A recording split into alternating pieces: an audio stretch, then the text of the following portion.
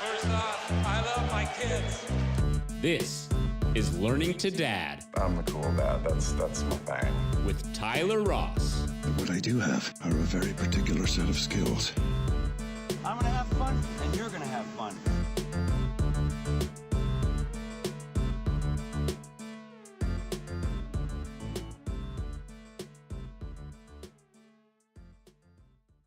Hello, welcome to Learning to Dad. This is Tyler Ross, and my guest today is Mark Winkler. Thank you so much for taking the time to be here. Absolutely, man. It's my pleasure. Oh, yeah, we got connected over Instagram. I think a mutual admiration of what we're each doing. You are Fatherhood_Circle. You've got a Yes. book. You got a book coming out called My Daughter's Keeper. It sounds like Absolutely. sounds like your experience with custody and growth as a father. And the thing that sounds like I'm getting goosebumps thinking about it is Manhood Camp. And Yes. I never have napkins or tissues or anything, but I brought them today. You got prepared, huh, Tyler? I'm Okay. ready for you, Mark, I think. But I mean, I feel like there's so much to talk to you about that I just want to, I guess, just jump in a little bit. The point of the whole conversation is to share a wide variety of experiences from people that are super deliberate and thoughtful about being a dad. And everything that you're involved in seems to be motivated exclusively from a desire to be an amazing father and mentor to people. So can you just give us a quick little background on, where you're from, what you did up until having your daughter? Sure. Well, as my wife always points out, she says, I'm from St. Louis, which I am. But I always like to start my story off in New York because I moved there so young when I was about 12 years old. Yeah. But so I'm from New York by way of St. Louis. I grew up in New York, and that's kind of where I developed and came to my understanding of things I like, I don't like, things I want to participate in my life. And so that along that journey, it brought me to California. I'm sort of hitting the fast forward button here a lot, but it brought me to California with work that I was doing with my brother, who was an entertainment manager. So he brought me in to help him with that endeavor.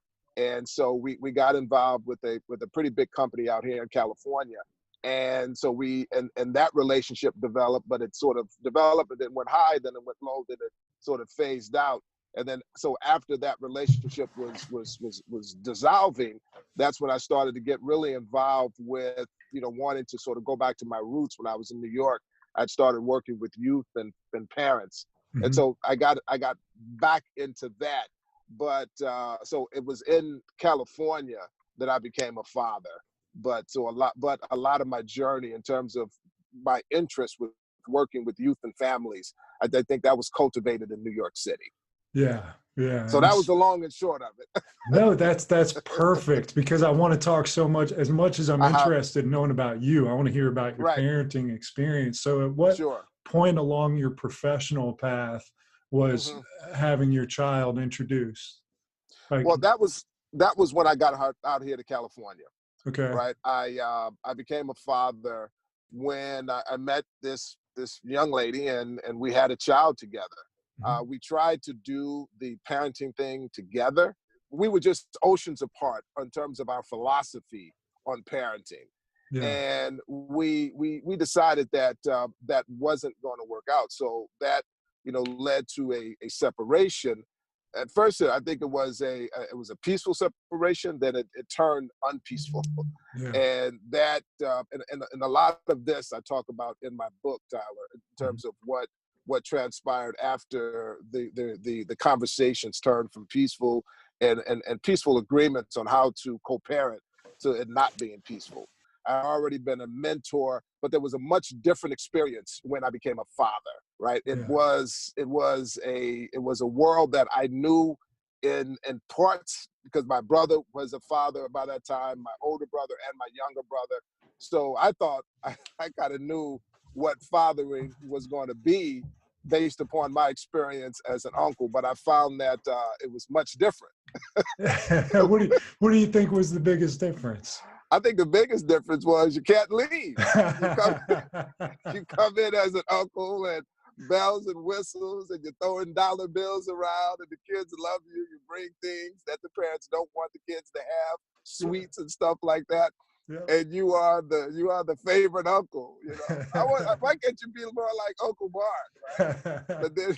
But then you realize that as a father, you have to make decisions that sometimes your children will be joyous about, and sometimes they will give you the eye like, I don't like you at this moment.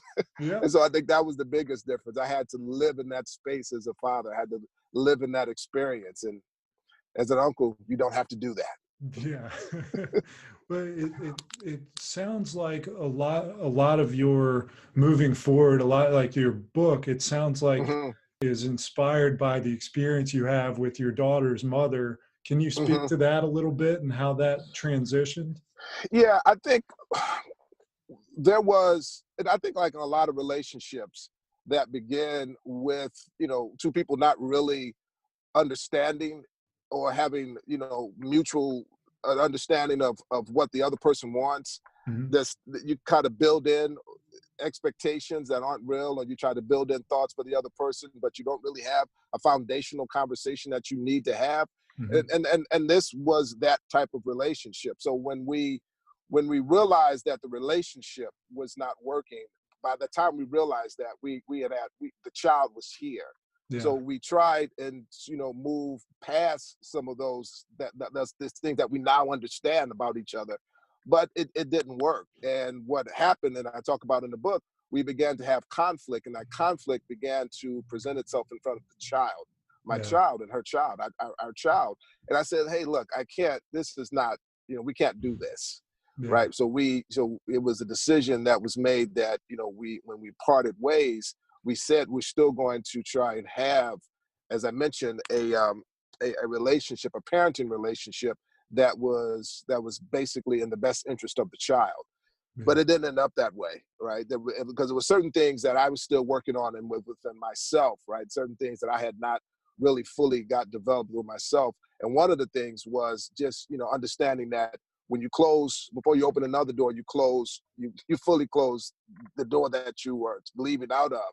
And, I didn't do that, right? I didn't have, it wasn't any indiscretions, but, I developed a relationship and a friendship with the person who's now my wife.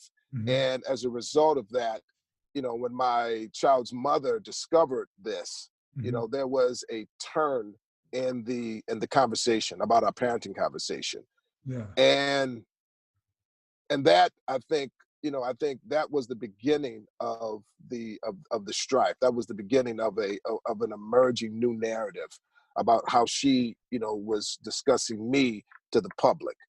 And, that narrative led to, me being not a good father, not a good person. Right. And as a result of that, I knew and I saw the mounting narrative that was growing. And I said to myself, look, I don't want to go to court. As a father, I didn't want to have a relationship with my daughter and my child's mother in a court. But I realized that at a certain point, that if I did not go and I did not file, that eventually her narrative was the path that it was taking. I knew that it was leading towards some sort of court action. So I said that I wanted to get in front of that, right? I wanted to get in front of that narrative, and I wanted to put what was the person that I wanted to present that and what I wanted as a father. It had nothing to do with angst or anger or bitterness about the mother. In fact, my conversation, my paperwork had very little to do with the mother. It had more so to do with my right as a father and my child's right as a child to have a good father in her life. And so that paperwork hit, and then that,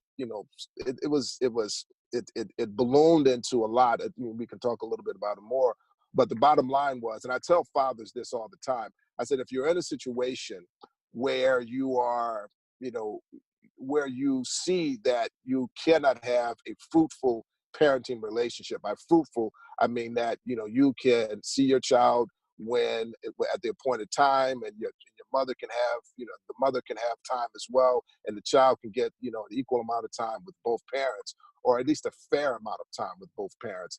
then you have to go in and establish, your parental rights. I said, either way, you have to do that, right? Yeah. But if you find out that you cannot have a relationship, then you have to go in and make certain that you file. And I did that. And luckily, I did that before any action was taken against me. And, the court was able to see that, hey, look, here's a father that has presented a case. And this case was that, he's been a good father. And I documented everything that I did with my child. I kept good paperwork. I was very methodical about making certain that when I presented my case, it was not a case based upon emotions. Not that I was not emoting, Sure. not that I didn't care. It's Like your daughter. wasn't some sort of robot, right? Yeah. I wasn't Spock here or anything like that, right? Yeah. But I presented things in a way that I could back up what I was saying. Mm-hmm. And I tell the fathers that I work with to do that. We can talk about that a little later. Yeah, you had a wonderful Instagram post that I listened to where you speak to the relationship with your child's mother, and there has to be love there, and there has to be respect there.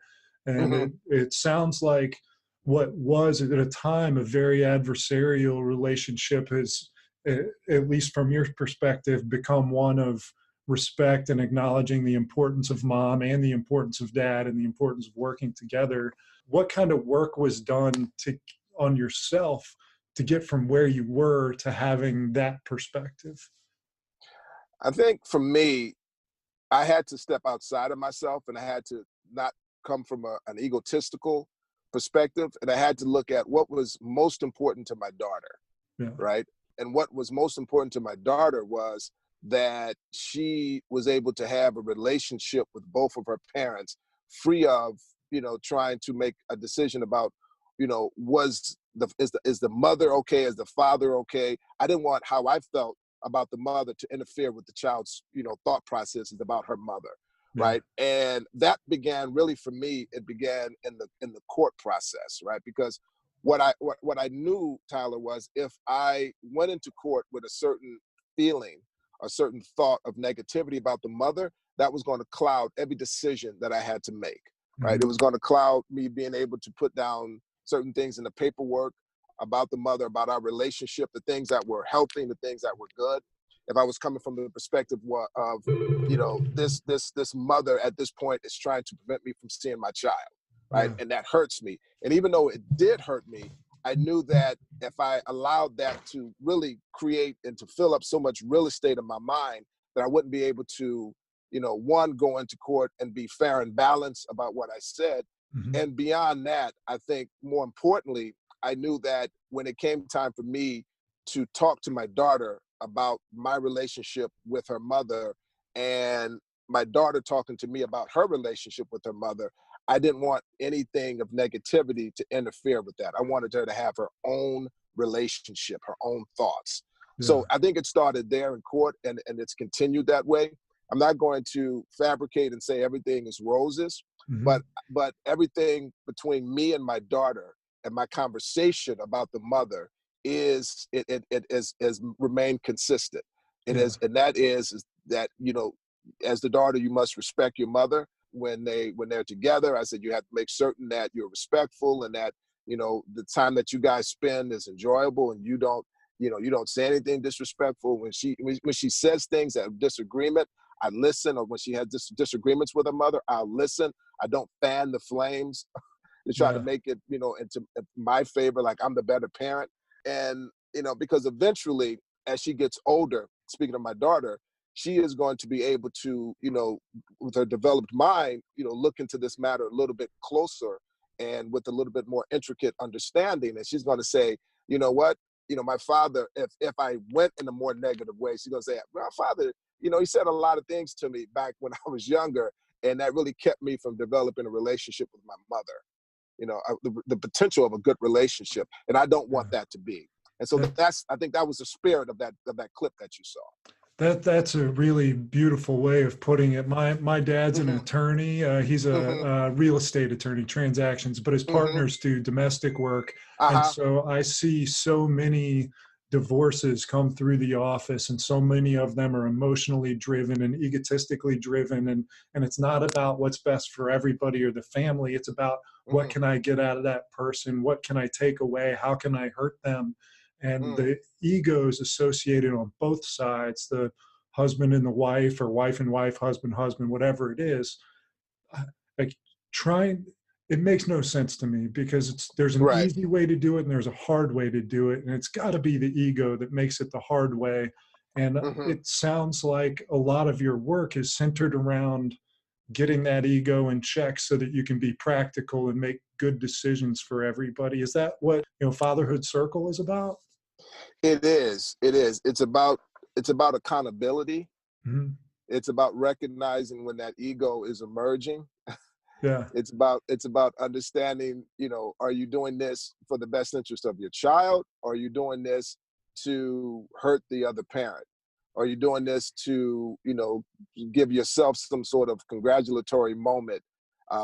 Or are you doing this with the mindset that these decisions that I'm making are going to, profoundly affect what happens to my child, our child, the mother and father's child together in the future, right? And I think that with the Fatherhood Circle, we've developed a conversation that we've developed with the fathers, and this is the beautiful thing. It's when we started the meetings, there was a lot of reticence about sharing and about being accountable. We're men, right? We Mhm. we don't we Yeah. don't necessarily do those things, right? But as the people start coming in, and people repeat, coming in one after, next meeting after the next, we've created an atmosphere where they understand that when you come in and you talk about how you're feeling, whatever experience you're having with your child, whether it be something extreme like court, or whether it just be you're having trouble with your teenage daughter, we ask that you come in and honestly present to us what's happening. And Yeah. when I say honestly present, I mean talk about what your role is in this matter, right? The Mhm. positive, constructive aspects of your role, and the things that are not positive, things that are deconstructing, things that are taking down the situation in a way that it should not be taken down.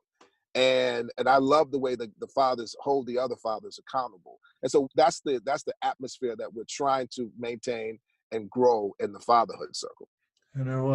I have always fancied myself a bit of a loner. Trying to relate to people has been difficult, Hmm. but I'm realizing that as a human, I think our inclination is to be part of a group, part of something bigger and better, Hmm. to work together. And are you finding that these men, when they become part of a group like Fatherhood Circle, blossom in a way that they become more, available to having real conversations?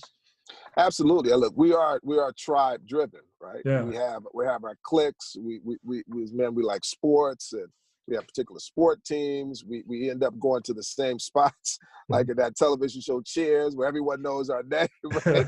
So we have these moments, right, where this happens, and it's no different in the Fatherhood Circle. Once they come in and they start to feel a part of the tribe, they feel like I can start expressing myself. And the thing about the Fatherhood Circle is not mandated, right? So Mhm. I talk about in my book that, I knew at a certain point that I could no longer isolate, right? And so I started to reach out to different groups, and I found some groups out here, and a couple of them, one I really love, but it was basically mandated for a lot of the fathers, and I still noticed that reservation to really just talk about what was going on. So that was one of the things that I said, look, if you're mandated, you can come, but this is not. I didn't want to partner with any court situation, because I didn't want this to be that way. I wanted to be a place where if you want to come, you can come, you can sit down, we can be in this tribe sort of moment, and we can talk about what's happening, right? And again, it's not all about severe parenting moments like court or something like that. For Mhm. instance, recently, a guy just came in and said, hey, look, I'm having trouble with my little princess not talking to me anymore, but his little princess is a teenager now, right? Yeah. So that's a real moment, man. My daughter is 11, and I have two stepdaughters who are teenagers, but my biological daughter is 11, and I can see the changes happening, right? I can see her becoming more independent of thought, which is good, and I'm encouraging that. But it's difficult because it's not all like, okay, dad is right, dad is great, dad is super bad, right? It's like, Yeah. oh, dad, but come on, I don't want to do that, or I just want to be on the phone. And those moments, man, when it happens, it stings. And if you don't have someone that you can talk to about it, you kind of just wrestle with those crazy thoughts. And sometimes in that isolation and that alone, you can make bad decisions, right? You can, your teenage daughter who's becoming a teenager who wants to do something. And if you don't have counsel to tell you, look, you got to give her space to do that, you shut it down. Like, no, you're going with me. We're going to do what we normally do. Like, okay, then I've been doing it with a developing hatred for you. Yeah. So that's part of I think the beauty of having those men around you where you can have those type of conversations. Do you find that it takes very long and when a man first joins the group to have the conversation, are they ready to come out and start talking, or do they have to hear everybody else talk and feel like they've been folded in first? I think you have to be folded in. I mean, look, we're men, we're conditioned, right? Yeah. I'm reading this book by Devon Franklin, and I talk about the truth about men. And in the book, he talks about being in the man box, right? And in that box, most men are conditioned and socialized. And we're socialized not to do that. We're socialized not to talk about our feelings. We're socialized not to ask for directions, either from when you're driving or life directions, right? Yeah. And so these are the things that we're conditioned. So yeah, so that happens. But I think when they come in and they get an opportunity to see other fathers talking, and they feel a permission to do that as well. And the permission is granted, sometimes just by visual, and sometimes, hey, look, you didn't want to say anything. It's no force though. If you're ready to talk, hey, let's have a conversation, kind of like an AA meeting. You can come in, you can talk. You don't have to talk, right? Yeah. And so, but I think eventually, they see it's a safe space, and I think that's the important thing, right? There's no judgment, there's no shaming, there's no criticism. There's being held accountable. Mm-hmm. That happens, right? When we see, hey, look, I feel like, and that doesn't just come from me, some of the other more seasoned members, but hey, I feel like it's beautiful that you share, but I think there's something else. Yeah. And sometimes they're ready to talk about it, sometimes they don't, but then sometimes they come back. But they find that when they do fully talk, fully emote, fully talk about what's going on, then the men can really give some really good input. Right. Otherwise, if you give just enough where you want to just be congratulated for what you're doing in that situation, then, the guys there, they can kind of see through that. Right. And I think, that's it's a development thing. But to your question, no, it doesn't happen right away. Yeah, being available to feedback is a pretty vulnerable feeling, and that's not one that we've been culturally conditioned to accept as men. So is there kind of a common theme among the men that participate in Fatherhood Circle, or they come out of left field? Could be anything. It could be anything, man, because I open it up to all walks of life. So, we have fathers who are older, we have fathers who are younger, we have fathers who are, Black, Spanish, white. So it runs the gamut, right, of fatherhood. And I think, for me, I think that's beautiful because the commonality is that we're all fathers, we're all walking this journey. And, at times we all don't know what we're doing. Right. And so, fully know, but we can piece together different information. And because there's the age differences with fathers, and the age differences brings different ages of their children. We have fathers who've gone through, the toddler, the preteen, the teen. We have fathers in there, a couple of fathers whose children are grown, adults and on out of college and in the workspace. And so we get to have this sort of this gumbo soup of conversation at times, and everyone is bringing in different ideas and different thoughts and suggestions, and it's just it turns out to be a beautiful experience. Yeah, that's amazing. It's so cool. This podcast is like my way of trying to work towards not being just congratulated for what I'm doing, but like drawing stuff out, so work in progress always. I think that's amazing to bring together a group of people and say, hey, it's okay to, feel about things. Yeah. Talk to me about Manhood Camp a little bit. That sounds amazing. Mm-hmm. Well, Manhood Camp was a organization that was started first by my business partner, Trayvon Tillis. And he came to me This was about maybe eight or 9 years ago. And he said, because we were working together, and he knew that, I had done this type of work in New York, working with, at-risk youth and parents. So he said, hey, look, I'm starting this organization. Do you want to help me to develop and grow it? And he was already having conversations with a school out here in California where he was going to bring the program. And so I said, look, I love this. Let's have the conversation. And I liked his vision. I liked what he wanted to do with it. And so I sat down with him, with the person, I forget the name of the school, it was James Monroe. And we talked about, bringing the program, our 9-week program, to the school. And the person there, her name was Miss A. She was the disciplinarian person. And so she said, hey, look, I have some what are considered to be incorrigible young men.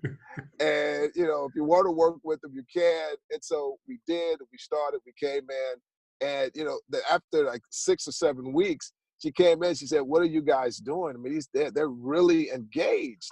Yeah. And I think what we did was we from the onset of putting together the organization and putting together our curriculum, we said that it was going to be very engaging.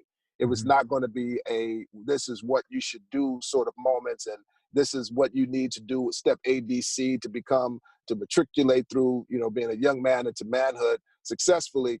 But, let's talk about where you are. Let's talk about what you're doing. Let's talk about, the things that are positive about what you're doing, and some things that we feel if you add this in, it could be expanded, and you can get so much more enjoyment out of what you're doing, but also you could set yourself on a path. So it was a lot of engagement. It was a lot of figuring out like what their interests were and developing a curriculum around that.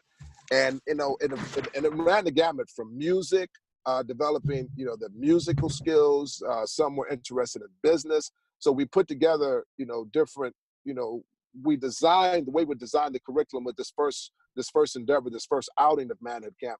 What we wanted to make certain that we touched on what they were interested in. So we brought in people, guest speakers. We took them out into the community. We aligned them with different businesses where they can do internships.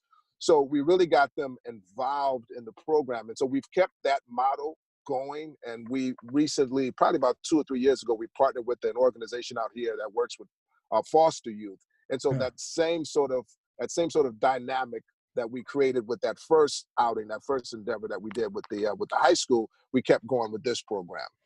That's amazing. So it's straight from the website. It's a 10-week life skills program focusing on empowering young men. 4 main principles: self-awareness, self-empowerment, personal responsibility, and social responsibility.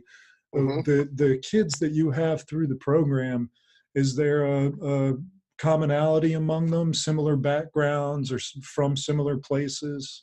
It is. The first, because we've had the program, because it's a mobile program, so we've been to several different places. But the more recent, working with the organization that we partner with out here, the children are from a fosterhood, or the foster family, foster children. And so there's a very similar background, of course. And, but it's similar and it's different, right? Because what I try not to do, even though there's commonalities of background, we always try and look at the individual, right? So look, you're not necessarily with your parent and you're in this foster home environment, but what is of interest to you? What drives you? What motivates you? What gets you excited, right? And even though we have a 10-week program and there's certain things that we do it in such a way that the individual child is able to get the maximum amount of enjoyment and be as productive as they can be within that 10-week dynamic. And again, that's really talking to listening to the children, listening to the youth, like what's important to you. What are you excelling at right now, right? And so we had one child who was, who really loved to do coding, right? And so we didn't necessarily have something built in at the time, but we went and partnered with Apple, and we were able to, expand that and put that into our programming. And, so that not only did that child benefit, but of course, every other child got the benefit of seeing, the importance and really, not that it's not so difficult to do that, right?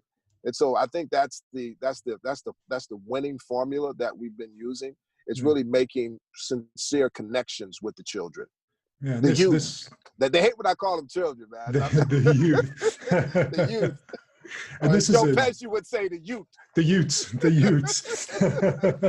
So this is a nonprofit 501c3. You're funded just through crowdfunding or sponsorships from companies? Crowdfunding, sponsorships. We've gotten a few grants. You know, it's funny. I take my daughter around with me to these different spaces when I go out to, do the meetings and get the funding. And not that I'm trying to get her to take over the business, Yeah. but I'm trying to get her to understand the mechanics of what it takes to run a business. Because I would like for her to be an independent businesswoman at a certain point of her life, right? If that's what she chooses. But I want, because she talks about, Dad, I want to own a business. Like, I want to do this. I said, well, you want to do this right now, right? Yeah. But you may not want to do it when you get older. But I love the fact that you're interested in doing it, helping people. So I take her around, Tyler, so she can see that this is what Daddy has to do in order to sustain the business, right? And so I take her to the meetings. I let her see me working online. I let her listen to the phone calls. And I let her just get absorbed into the idea of this is what it takes to do a business. Yeah. Right. And so it's a lot of extending the hat. Like, hey, you got $1? Yeah, Look at sure. this. No, I think that's so important. I read a blog post about somebody doing exactly what you're doing, where you're exposing your daughter to a day in the life just over and Right. over again, and they see the Sure. example you're setting. Like, I have a small basement gym, and I want my kids to watch me work hard and sweat and Right. all that. So is that what a lot of your time with your daughter is like working together, showing her these things? It is. It's working together, taking her different places, exposing her, and meeting people. And part of it is I love for my daughter to be able to, not feel, intimidated or scared around people, right? So I'll go in, I say, hey, Lexi, that's the guy I need to talk to. Once you go, let him know I'm here, right? Yeah. And so I just want her to feel comfortable with just, expressing and just being in the space of wherever she wants to be. That's the space she should be, right? And so I take her around a lot, but it's not all about that, man. We do a lot of other cool stuff. If not, she'll probably complain a lot more, right? But we go walking a lot. We love doing that. We take our hikes and we just experience life. I try to let her experience life, Tyler, and let her know that, there's a lot of joy out here, right? There's a lot of joy you can get in life. There's a lot of things that we have to worry about, but I want her to know that even in that atmosphere of worry and doubt, that you can still have a very enjoyable life. Right. And you just have to find the spaces where that's happening. So I've got a 4-year-old daughter. You've got an 11-year-old daughter. What am I in for, man? Here's the thing, man. I think the biggest thing is that when they start getting older and they start going to school and the children start to get older, they're going to start having conversations. New things are going to come into their conversations. And, you gotta be prepared for that, right? You gotta be prepared for a certain amount of distance starting to happen between you and the child. And I think as parents, if we quickly recalibrate and get into where they are in the spaces of their thought and their development, I think we can stay in step with them, right? Yeah. And one of the things I do with my daughter, I don't assume that she doesn't know something. Right. Like, even though she doesn't talk about something, whether that be about relationships, physical relationships or things that as a father, I wouldn't necessarily want her to talk about. Not that, but I frankly don't want to talk about with her. I don't assume because she's not talking about it, she's not being exposed to it. Right. So, I leave open the space. Hey, look, you are 11 and you're around 11 other 11-year-olds that have phones that I'm sure that are not thoroughly parental guided equipped. So they get to surf the net, right? And so they're going to be exposed to a lot. So I go in, man, and I listen to her. I listen to the games that she plays. She asks me to come in. I do that and I sit down, and even so some of the games, man, they're like, oh my God, I got to listen to this again. I do, man, and I listen to it, and some of it I generally find like enjoyable, right? So, but I think the biggest thing, Tyler, is that you're going to find that there's going to be more challenge around maybe 7 or 8. As Yeah. she gets to 10 or 11, those challenges are going to increase about what she doesn't want to do. She's going to be around people. She's going to become more body conscious, right? So what she wants to wear. And you have to be able to say, hey, look, you know, like my daughter, for instance, she has this thing now where she wants to wear like these tights the girls are wearing, right? Yeah. And so I said, hey, look, sweetheart, I don't want to tell you what to wear and what not to wear, right? But you have to understand that as a father, certain things that's happening to you right now, I'm just not fully ready for yet, Yeah. right? So I'm asking you if, okay, so you want to wear that, just make sure you wear it with a shirt that covers your hiney, if that's okay, just long enough, and not that you won't have any problems with me, right? Yeah. And but then you have to catch yourself, right? Because some of the things that we say as parents are just automatic from what we learned as children from my parents. Yeah. I'll give you an example. My daughter wanted to get her hair cut, right? And my first reaction was, no, you can't do it, right? And I thought about my no, and I realized that there was no sort of basis for my no other than the fact that my mother and aunts and grandmother basically led me to believe that a girl is prettier with long hair. Yeah. Right. So that was the basis of my no. But my daughter said something. I talked to my daughter about this because, you know, I said, if you want to get your hair cut, you have to call your grandmother and talk to her, right? And darn it, Tyler, she made that call, man, right? And so, but then when she got off the phone, she said, okay, Dad, here's the thing. I want you to give me an answer, but I want you to give me an answer not based upon what your mother thinks, not what your aunt thinks, and not what you think, based upon what I've told you what I've wanted. And I thought about it, man, and I really didn't have an answer. Like, I really couldn't give an honest no. Your 11-year-old asked that of you? She asked that of me, Tyler. The fact that she asked that of me, I said, you know what, just because the question, the way you posed that, I'm going to get out of your way. And I got out of her way, and she got a haircut, man. And it wasn't, the sun still came up the next morning. But I did that, man, because, you know, she's 11, and I want her to start defining what she sees as beautiful, right? Yeah. Not how the world sees, you know, beauty. If she sees beauty in short hair, then I want her to do that. And I don't want her to feel she had to curtail that thinking because of her father, because of her grandmother, or anyone, right? I want her to start making these decisions. And I think that's the hard part as parents, when you talk about what are you in for. I think letting go of these things that we have control over, or we think we have control over, sort of letting go and letting her find the space. I recently told her that, you know, there was no Santa Claus, man, like last year, right?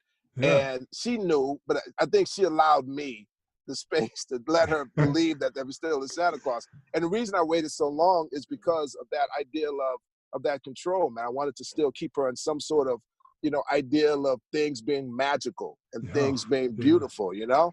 Yeah. And I think those are sort of the hard things, man. When you see, and you just start seeing the development, and you see her moving into womanhood, right, as a young lady, and you start to, and then you start to think about all the other thoughts, and these thoughts will start happening around 10 or 11, because you know that these are the times when you think about when you were 10 or 11, kind of what was going on in middle school.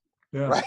And so those are the thoughts, man, that we don't want as parents, but we have to be able to make the right decisions around what's happening with us and our children. It's so, I'm finding one of the most, I'm not there yet, but I'm expecting as my daughter and my son both get older, that I'm going to have a lot of self-awareness associated with the context of their lives versus the context of mine. Like you talked about your mom or grandmother, you know, defining something one way because that's the way it was then. But now it's different, trying to like, we have to really allow their world. We have to see that. And one of the biggest things, of course, is social media. You didn't have that. I didn't have that. No. Like, I know that's something that we wanted to talk about. Like, speak to me about your thoughts on social media and the role it's playing in your daughter's life, her friends' lives, the Manhood Camp kids' lives. It's enormous, man. And I think that I have this love-hate relationship with social media, right? On the one hand, it definitely has helped me as a business owner with Manhood Camp to get the word out there about Manhood Camp, to do the crowdfunding. But on the other hand, when I think about the children, it sets them in positions where they now have to define their life and their relationships through these really quick moments, Yeah. right? And these at times very artificial moments. And it's something that you can't control, because those things are not going to change until the dynamics of those platforms change. And who knows, they may not, right? Change in a way that's more healthy. And so you worry about what your child is going to be exposed to on there. You know that there's no way to really do a real serious parental control, because if you try to regulate it in one way, they can just go to school and get their, or they can create a fake account that you never know exists. Mhm. And so you really just have to, what I find, you really have to have really open and honest conversations with your children. You really have to make them feel comfortable that if they come to you with something, or if you're going to be in a conversation about something that's very sensitive to them, whether it be them liking having a crush on someone or developing feelings for someone, that you're not going to shut that down. You're not going to make them feel like they can't have those moments, or they're too young for those moments, because we had them when we were of their age. So we have to know that these things are going to happen. And so we have to be very open about, hey, keep it an open atmosphere and door, like, come to me, talk to me.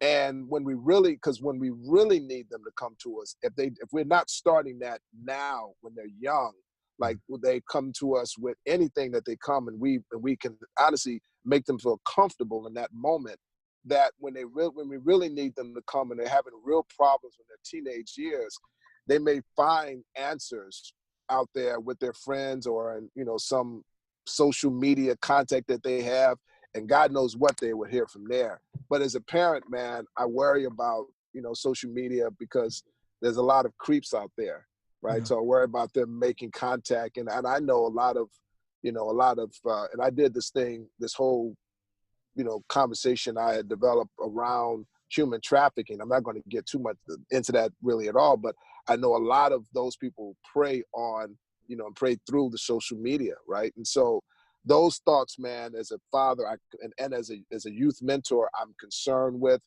But I think for me, it's important that I just let my child know, if you need me or if you need to talk to me, I'm here, right? Yeah. And so I think that's been helpful, and I can see that that's working, because my child does come to me with a lot of things, right? She will come to me and she'll say that, like she did recently. She came and said, "I like this boy," right? I was like, "Oh yeah, that's good, sweetheart." What's his name? Where's he live? Right? Where's he live? What's his name? And so I tell you, the first time this happened, and I was really playing, but my daughter, for a couple of months, didn't really tell me anything else about this boy. So when I first met him, right, I said, "Hey, so you like my daughter, huh?" And he got scared. My daughter was like, "Dad, what are you doing? What are you doing?" Right? And so he stood up. He said, "Yeah," he said, "My daddy's strong." Man, I don't care about your father. Anyway, so for a couple of us, and that's just my quirky humor, man. She gets me, Yeah. but then she didn't get it, so she didn't really talk to me about this guy for a couple of months, man. So, but in serious though, we have to be able to have these conversations that, as fathers, especially fathers with girl children, we don't want to have that conversation, right? We don't want to think of our little princess potentially, holding hands, or getting a kiss from some boy on the schoolyard. We don't want to think about those things, man. But those things happen, right? So I think I was 12 or 11 when I first kissed some father's daughter. So it's a reality, right? So Indeed. there you go. Well, so do you have any advice for parents on how to establish that relationship with their kids, on getting them to just, getting your kid to trust you? Mm-hmm. I think you have to I think one of the things that's been helpful for me is that, I spend time with my daughter. I make time for her. We walk, we talk. I leave open for her to talk about things that she wants to talk about. I even bring up conversations about, hey, look, is this, is this going on in school, or have you heard about this, or what have you heard about, things that, men and women do. I bring up uncomfortable conversations with her, but because we spend so much time together, and that time is really, I make time for her on the weekends and during the week. So I create moments that, become opportunities for us to share, one to the other. And I think engaging, if you see her playing or your child playing a particular video game, sit down, ask them earnestly, how do you play that game? Let me play with you. Show an interest in what they're doing. You probably won't go and buy the game yourself, but at least your child will see that you're engaging. When your child brings you a particular thing of interest, whether it be, if she shows interest, he shows interest in drawing or whatever, try to find opportunities for them to do that. Let them know that you are aware of what's of interest to them. So I think those things are important for parents to, be mindful of. Yeah, most definitely. So between your daughter and the kids that you've mentored, have you seen any like real bullying and had to teach a kid how to handle bullying? So with bullying, one of the things I tell my daughter and I tell, the youth I work with, don't be quiet about it. Yeah. If it's happening to you or with someone, don't be quiet about it, right? Tell someone that you trust. Yeah. Right. And if you are talking to your child and you have this open air relationship and you're developing that, your child will come to you. Right. Yeah. And I tell them to, with the kids I work with, I let them know, hey, look, if it's not your foster, parent, then find someone at school that you can trust, that you can have this conversation. But, I tell them, don't engage. Mm-hmm. And with my daughter, I say, look, people, when they're in that bullying mode, there's something there that's something missing. Right. And by you engaging, that's not going to solve the problem, right? Engaging meaning trying to escalate the situation. So if it happens, if you can, get away, just move out of the space. Mm-hmm. Just, whatever you say, don't do anything, say anything to escalate it. Just get out of the space as quickly as you can, because the bully bullies when that person of that object of the bully is right in front of them normally, right? And so then you go find someone who can interrupt that, find someone who can stop that. And it's not easy, man, because sometimes when it's happening on social media, that's, who do you talk to, right? Yeah. But, it's hard because they can trace you and find you in different ways. And so, that's where I think, again, being connected to your child is important, because they will feel more comfortable about talking to you, perhaps about, hey, look, this is happening to me online, right? Yeah. But if you make them feel like, they're going to get lectured or they're going to get in trouble in some way, like I told you, that's what goes on the internet, you shouldn't have been on there, then that's going to be that reticence, going to be that reservation about coming to you.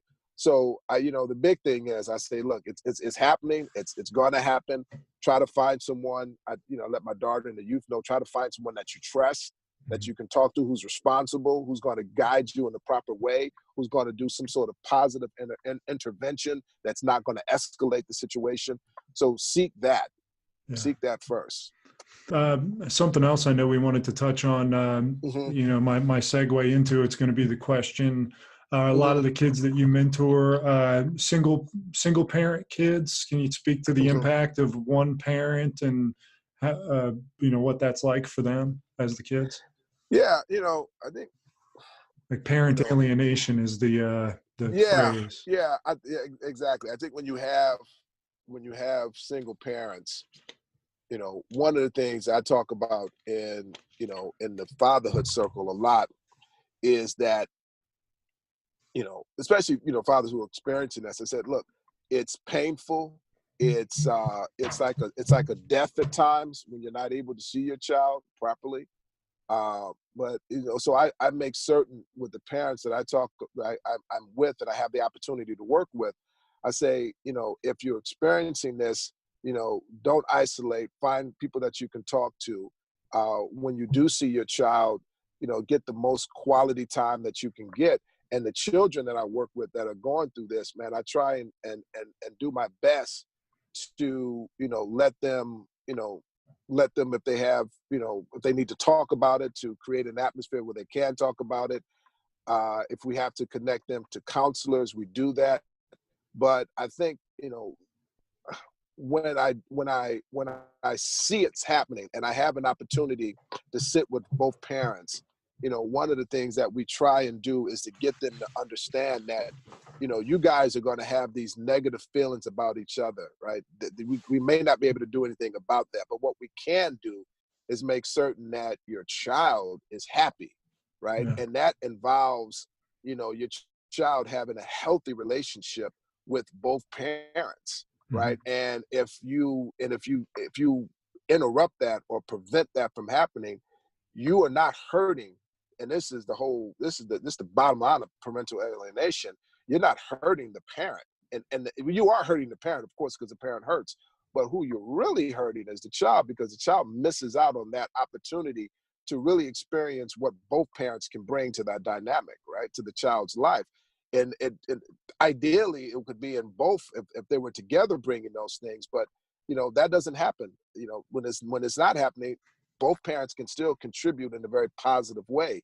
So it sucks, man. But we try and when we do see it happening, man, we try and do as much as we can to support the youth that it's happening to, either through counseling, through reinforcement of what we're doing, and reinforcing that the child is, it's not his fault or her fault.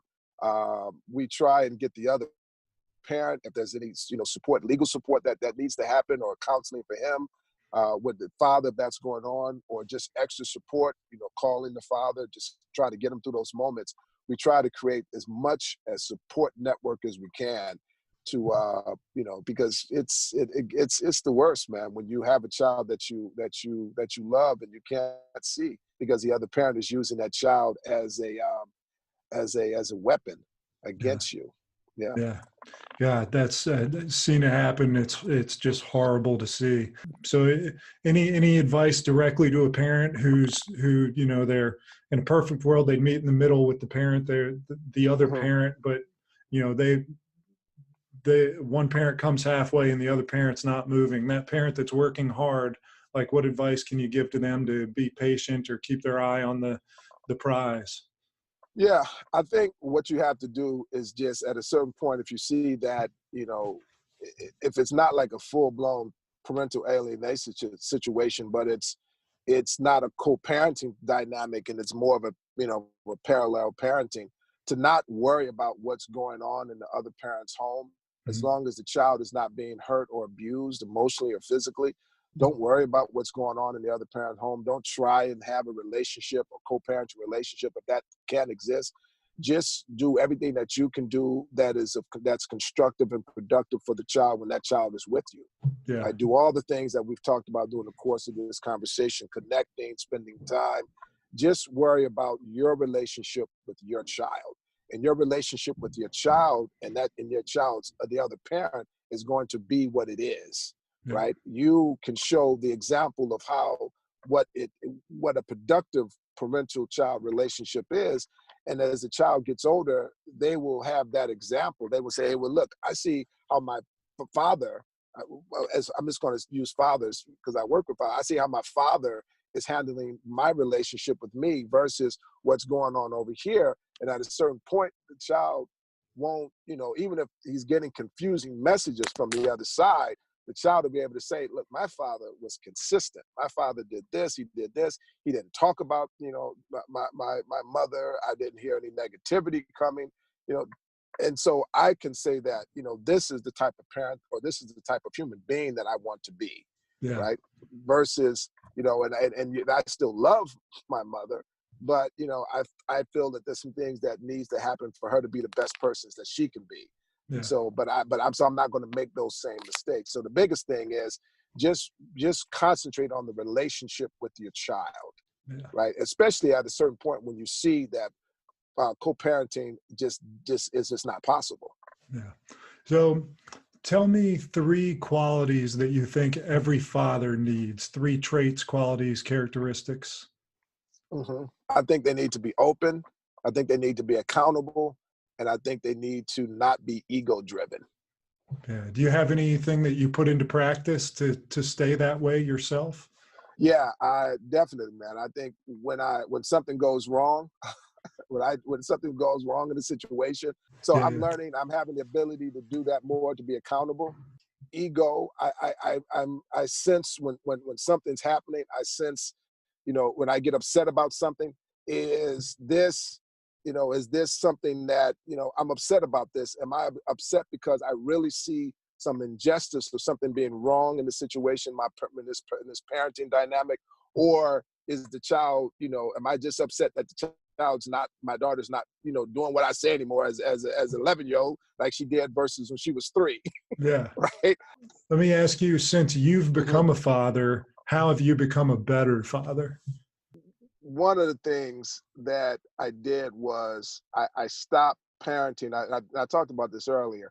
I stopped, parenting on autopilot or just from a robotic sort of, this is how things should be done. I Yeah. think I become a better parent by listening and by being open to, this new world that we spoke about, that our children are moving into, right? And being open to learning about those things, being open to participating in her world. And so I think that has helped me to be a better father and really just a better man, man. It's helped me to put down my ego, right? And it's helped me to, being in the groups that I conduct, it's helped me to be able to, when something is bothering me, to be able to express those things. And so I'm showing, my example of being able to, talk about, what's going on. And my child sees that when I'm having those conversations with my wife, my child can see that, this is how a person should conduct themselves in a relationship. This is how a person should conduct themselves in a personal relationship and a business relationship. So it's helped me to be a better parent just by being open more and being less ego driven and being more, I love that word, being more accountable, Yeah. so. And Mhm. so writing your book, I find writing to be very internal reflection time. So what'd you learn about yourself as you wrote My Daughter's Keeper?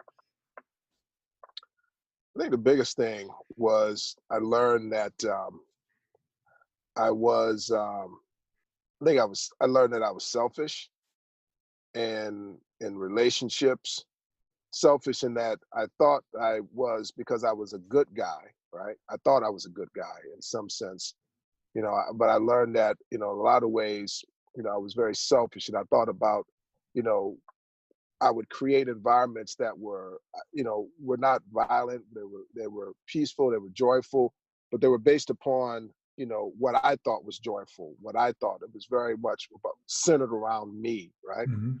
And I realized that in the course of writing this book, that, that was something that I needed to change, right? And I definitely needed to change as a father, but also, and coming into a relationship and a new marriage, I needed to be able to look at, this world around me and look at other people's needs, not necessarily in relationship to my needs, but, how can I better serve their needs and to help them grow, especially my daughter, but even with my wife, helping, the relationship grow and being as concerned about her happiness as I, as a man, wanted to be happy in this world.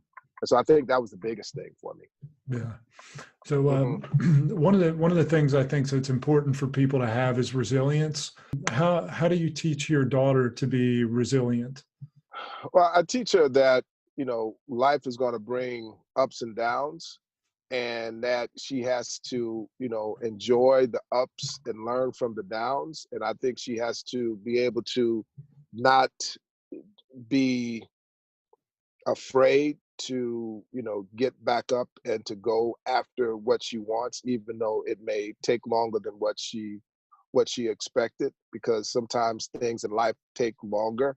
And I think by me taking her to these different spaces and me having to, ask over and over again and make calls over and over again, and to not be withered in my pursuits. She sees that. So I think through my example, I think she sees that, life can be beautiful, but it takes time to get to that beautiful space. Yeah. All right. One more question, then I'll get to like rapid Okay. fire questions. What is the role of a father? I think the role of a father is to be, I think the biggest, is to be an example of what the child, how the child should be when they get older. I don't look at traditional roles. Some people would say as the provider or protector. Those things, are present and are dynamics, but I think, showing the child, how to love, really, how to love themselves and how to receive love and give love. For me, that's the biggest role of a father, man, because I think from there, everything can grow. If a person loves themselves and they're able to, take that love and then project that love, that they're going to be pretty terrific human beings as they get older. That's awesome. So Mhm. I'll get into some kind of rapid fire Okay, questions, and then I'm going to let you let's go go. so you can turn the air Let's go for conditioner on in your car, Mark. What is on your not to-do list as a dad? Not to, be careful not to define what the child's life should be, meaning that, don't put the child in a sort of a cookie cutter sort of position where you're saying, okay, and I want you to be, you're going to go to dance class, you're going to do this, you're going to do this, not to define what happiness is for the child, and to let that happen naturally. Awesome. Mhm. What's the greatest hope you have for your daughter? That she's happy, man, right? And I'm not going to define what that happiness is, but when she gets older, that she can honestly look around at her life, whatever four walls or whatever space she's in, and say, I'm happy. Yeah. The Yeah. the book of your life. What chapter are you in now? Yeah, that's a pretty good question, Scott. I think probably I would be in new beginnings, right? Yeah. I think after going through, the courts and becoming a father, I think I'm in new beginnings because I've learned a lot about who I thought I was versus who I want to be. So this chapter would be new beginnings. Yeah. Love it. How would you describe the type of father you want to be remembered as? I want my daughter to remember me as someone that she could come to, someone that she can feel comfortable and talking about what she wanted to talk about, what she needed to talk about, and someone that was there for her, no matter what. Yeah. My dad was there for me. Love it. All right. Who's your favorite television father? That's a good one, man. I would probably say, probably Uncle Phil from The Fresh Prince of Bel-Air. Yeah. I love that. It never even occurred to me, but that's wonderful. It's great. So Lewis House runs a podcast called School of Greatness, and Uh-huh. he fed me this question. I think it's a great question. Mm-hmm. When do you feel the most loved? Jeez, that's a great question, man. I think I feel the most loved when I am with my family, my nuclear family, right? I mean, my extended family, now that they're at one time my nuclear, but now extended, I feel love. But I think I feel love when I'm in the space with my family and we are just there watching a television show or just being together, man. I think I feel I could see that they're happy, and in that I feel that they know that part of that happiness is based upon what I'm bringing to the family, and I feel love, man. Awesome. This is my second to last question, Uh-huh. and I stole it from somebody else. Okay. Tim Ferriss asks this question. Okay. So it's called the billboard question. You've got Uh-huh. a billboard on the side of the highway, and all Uh-huh. the dads are driving by it at 100 miles an hour. You get to, they got to be able to read the message that Mark Winkler puts on the billboard. What's the piece of advice you give to all fathers? Oh, wow, that's a good one. Let me see. Geez, man. If they were driving by, I would say, be the best you. I don't know. Something like that. That's great. I love that. So, all right, I lied. I'm going to jam one more question in before the last one. Go ahead. I love this question.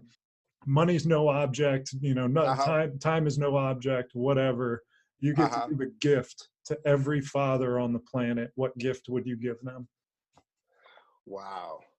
I would say I would give them something that I want to do. I would give them a trailer, a beautiful trailer home, so they can spend one whole summer or 6 months just driving around the country, just them and their child, and they're married, their spouse, and just experience life, man, and different cultures, different food, and just have uninterrupted moments of family, man.